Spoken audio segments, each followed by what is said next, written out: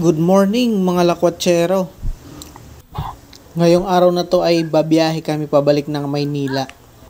Simula dito sa bahay merong 783 kilometers. Super long ride to guys. Wala kaming kasabay na motor. Bali kami lang dalawa ni Mrs. Bakbakan na naman to guys. Chill ride lang kami neto. Hindi pwedeng maging kaskasero kasi malayo yung biyahe. 9 na? Baka di kami ma. Mag alas 9 na. Mag alas 9 na.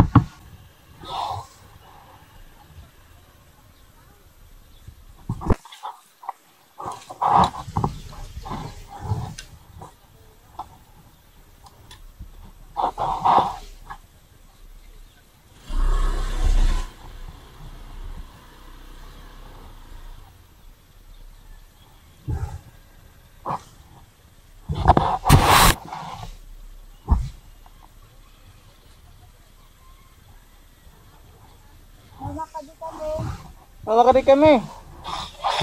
Oo.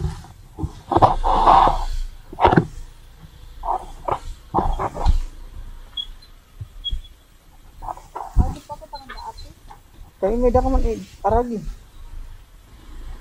Di talaga kita.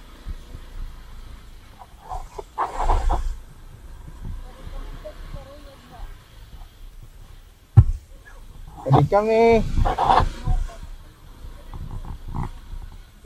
Kadi kami. Ang igruan. Yor, kadi kami. Kadi kami. Adi kami. Mauli na kami. Oo. Bayan na niyo. Oo. Salamat. Inay. Pagka niyo, may bibi na kamo nila. Inay ka mo, inay. Kailangan nga dara. Asya nga ni. Bago nahulog. Sandal, igruan dayabong ibirilin. Ano ka mo kaya? Diri, magmumotor lang kami. Kesa magmumotor ka. Inay ka mo. Ikaw, may nag-drive ka. Sige. Kadi kami.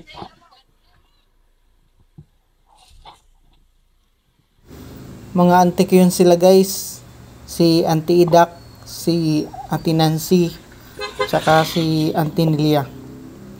Sabi nila guys, dapat daw pagbalik namin, 3 na raw kami. Ibig sabihin, may baby na kami. Kung yun yung kalooban ng Panginoon guys, maganda yun. May blessing na dumating sa amin. For now, bye muna aking lupang sinilangan. Kadi kami.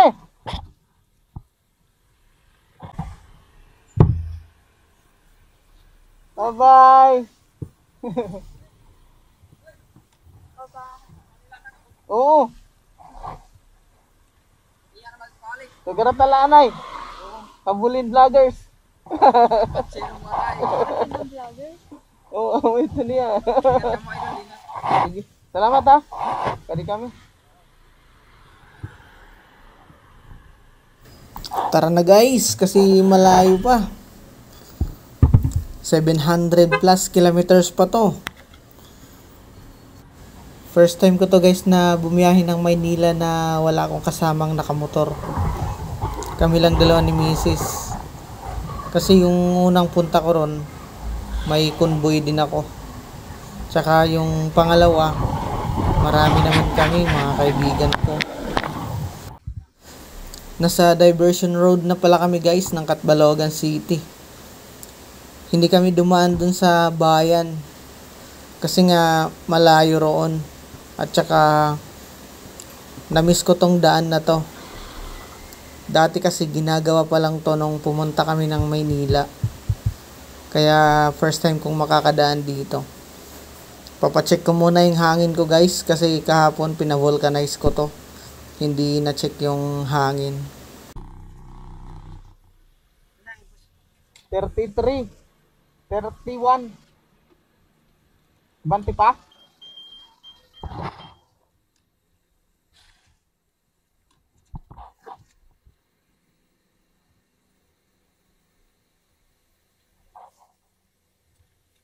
Abanti pa?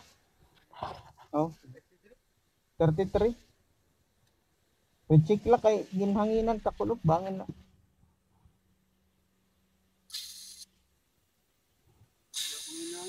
Kordamo.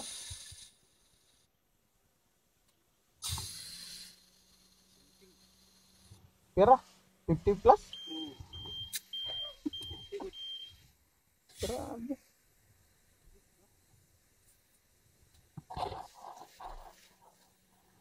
Thirty-one la didi.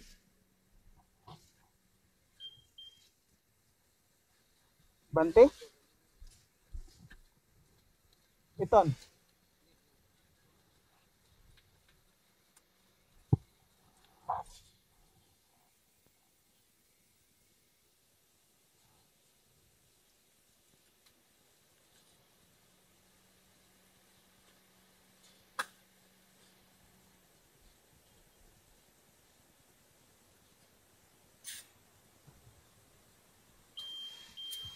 Yun. Thank you ah. Kapapul tank lewat ako kay harayo kami. Oo. Salamat. Pa-full tank muna ako guys. Ngayon unleaded na yung ipapakarga ko. Full tank. Unleaded la. Oh.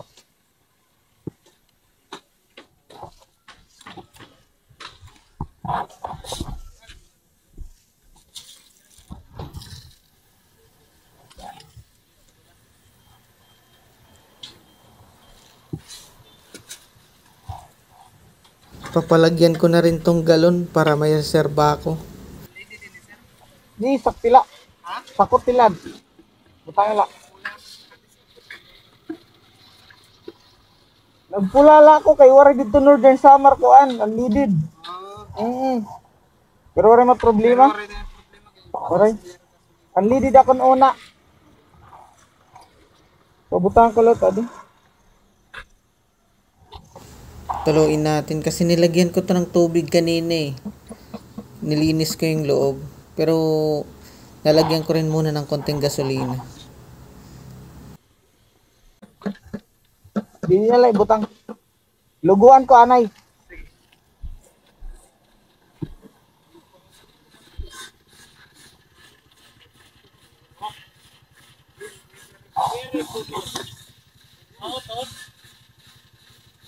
Tama na. Magsasarang man lang dito.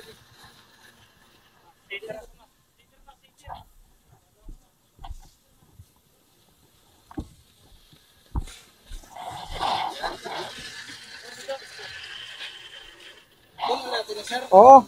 Ayo pag-araha baka di nila. Iba yung maglapya.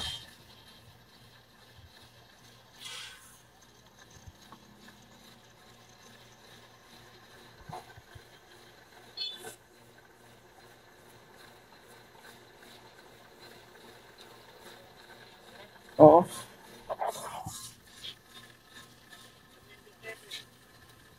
Three nine seven. Hindi.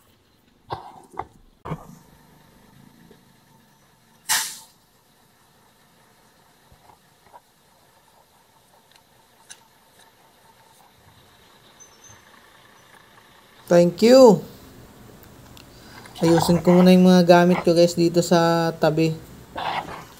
Para dire-diretso na. Hanggang sa alin. Doon na ako magpapakarga ulit. Reserba ko lang to guys. In case na maalanganin ako.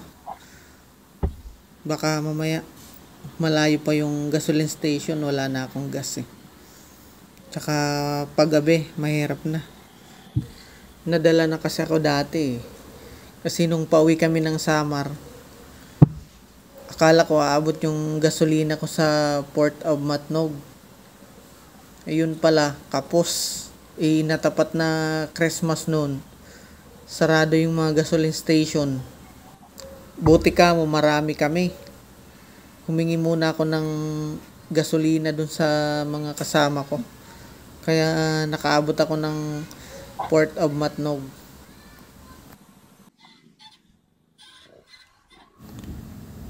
Let's go na guys. Simulan na natin yung bakbakan. Baka bukas ng umaga o before lunch, nandun na kami sa bahay. Sana nga hindi tayo magkaroon ng aberya sa daan. Dire-diretso lang dapat yung biyahe natin para hindi tumagal yung biyahe natin.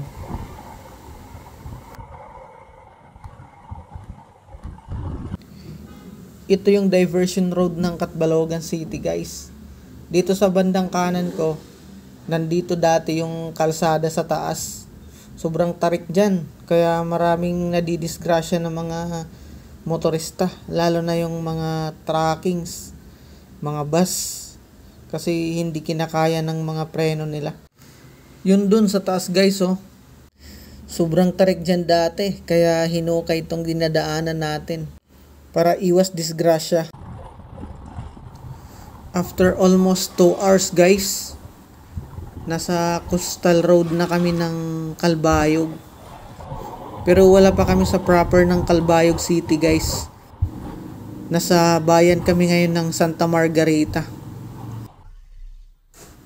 Traffic pala kapag kaaraw dito sa bayan ng Calbayog. Ngayon oh, daming dumadaan dito. Kahit mga truckings dito dumadaan. Pero dapat doon na din sila sa diversion road eh. Ako naman guys, kaya hindi ako dumaan ng diversion road kasi may mga part doon na ang lalaki ng lubak.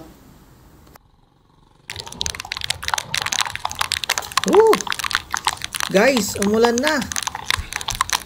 Malapit na kami ngayon sa Allen, Northern Samar. Pero ito, inabutan kami ng ulan. Sana dito lang to sa Samar. Pagtawid namin ng Sorsogon, sana wala na yung ulan para mabilis yung biyahe namin. Mahirap kasi kapag ka umuulan, bumabagal yung biyahe, naantala yung takbo. Imbis na makakatakbo ng 80, naging 50 na lang. Time check tayo guys, 12:30 na. Nandito na kami sa terminal ng Fast Cut guys, dito sa Allen, Northern Samar. Maganda yung panahon dito, hindi tulad nung kanina na ang lakas ng ulan.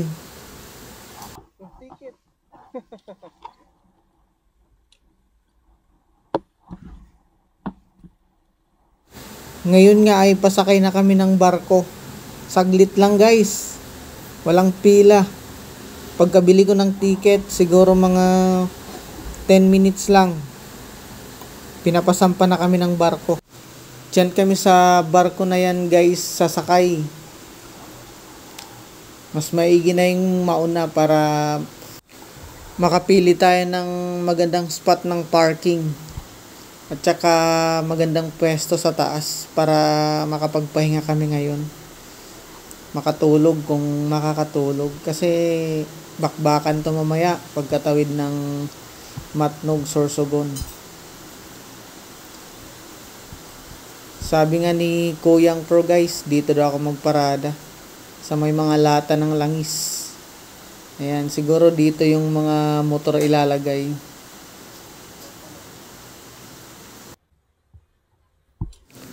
Sabi ng mga crew, bawal daw ilak guys. Siguro tatalian nila mamaya, tsaka iuusog nila kung kinakailangan.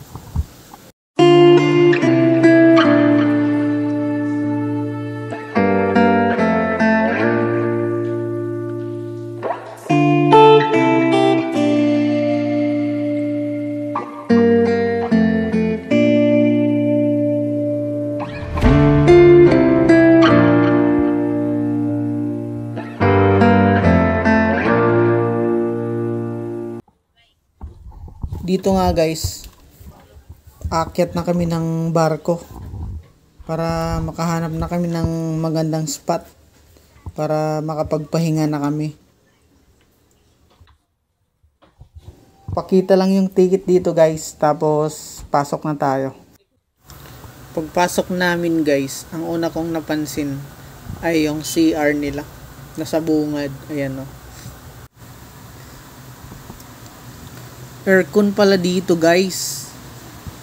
Di ko inaasahan na aircon sa loob. Kasi first time kong sumakay ng fast cut na business class. Yung upuan nila dito parang airplane or bus. May designated na seat number. Kaya nung napansin ko guys na ganun pala, lumipat kami ng upuan. May TV na din dito guys. Tapos bawat upuan meron siyang pinaka-table.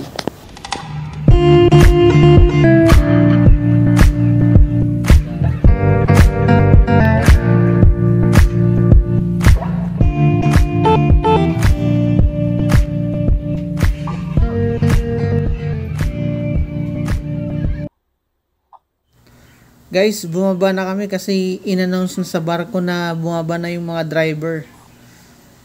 At syempre, nasa unahan tayo kaya kailangan mauna din tayo dito. Kasi una tayong pabababain sa barko. May mga nakasabay pala ako dito guys. Mga taga Samar din sila pero sa Bulacan yung uwi nila. May baon pa silang tuba guys. Ayan o, yung nasa container na blue.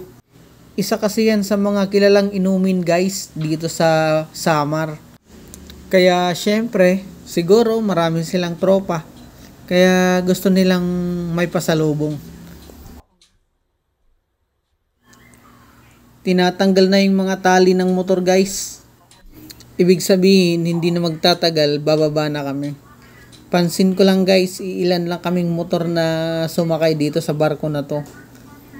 Naranasan ko kasi dati yung pipila kami ng kalahating araw bago makasakay ng barko. Pero mas maganda ngayon kasi minutes lang nakasampa na agad kami. Guys, pababa na ako ng barko. Dadaan kami ng Sorsogon City mamaya. Kasi nag-comment yung kaibigan ko dun sa post ko na magkita daw muna kami. Kasi nasa Bicol pala siya. Last namin guys na kita is siguro mga 2021 pa. Doon sa Maynila. Di ko alam na nandito na pala siya sa Bicol. Kaya kikitain muna namin siya.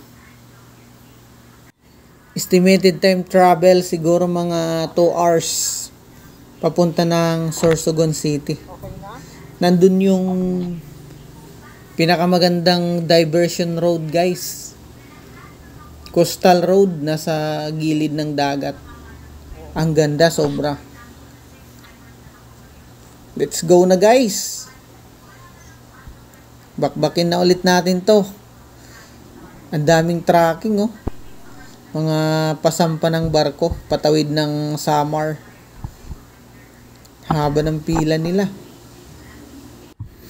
Palabas na tayo ng gate ng Matnog Port guys.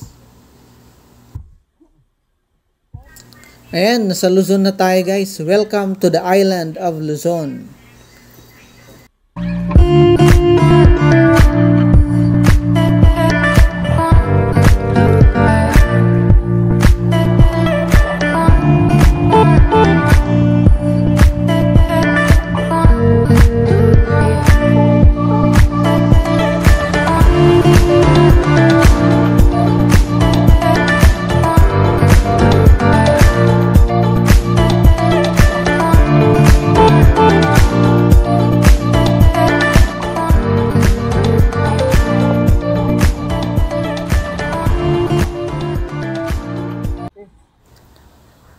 Guys, nasa Sorsogon City na kami ngayon.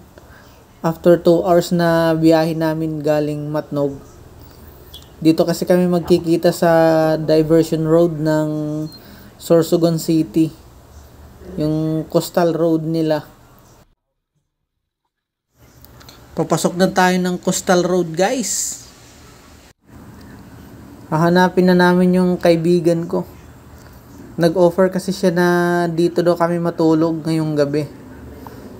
Pero tingnan natin kung ano yung plano mamaya. Kasi parang nag-aalanganin si Mrs. eh. Pero para sa akin, mas okay kung matutulog muna kami ngayong gabi. Tapos mamayang madaling araw na kami babiyahe ulit papuntang Maynila. Para hindi kami mapuyat, tsaka hindi pagod sa biyahe. Ang advantage pa nun, araw namin babaybayin yung Bicol at tsaka Camarines Sur. Ang ganda dito guys, grabe. Napaka-presko ng hangin. Ang sarap dito magpalipad ng drone. Kung may drone lang sana tayo guys. Makikita sana natin yung buong ganda ng coastal road na ito. Nandito na kami sa meet up place namin. Ang ganda dito, grabe. Magpo-park muna tayo dito, may parking dito eh. Tapos tatawagan natin siya. Time check muna tayo guys. Ngayon ay 5:17 ng hapon. Ibig sabihin 8 hours na kaming nagbibiyahe simula dun sa bahay. Nasa may lighthouse daw sila guys. Pero pupunta daw sila dito para i-meet kami. Ito na nga guys, nagkita na kami ni Glenda. Napagdesisyonan namin na dito muna kami magpalipas ng gabi sa Sorsogon City. Pabor din sa amin guys kasi hindi kami mapapagod. Hindi kami mapupuyat sa pagbiyahe ngayong gabi.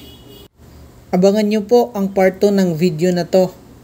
Kung hindi ka pa nakasubscribe sa channel ko, please click the subscribe button para maging updated sa mga bago kong videos. Thank you for watching and see you on my next video.